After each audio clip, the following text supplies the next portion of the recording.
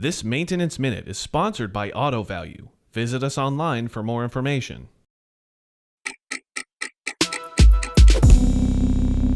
Today's Underhood Service Maintenance Minute, we're talking about air filters and lean codes. So how can an air filter cause a lean code? It's a combination of things. That lean code is actually caused by the mass airflow sensor not being able to properly read the amount of air passing through it. Why? Well, there's contamination, dirt, debris that could be caused by unfiltered air entering this mass airflow sensor and the engine itself.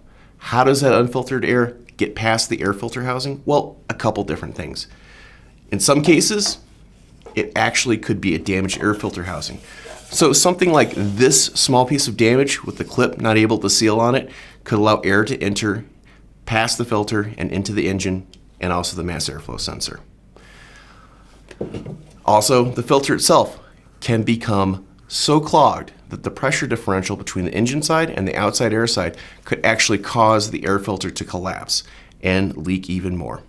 So, if you're installing a new air filter, you really need to pay attention to the air filter housing to make sure that there's no damage on it, to make sure that it's sealing the air filter properly.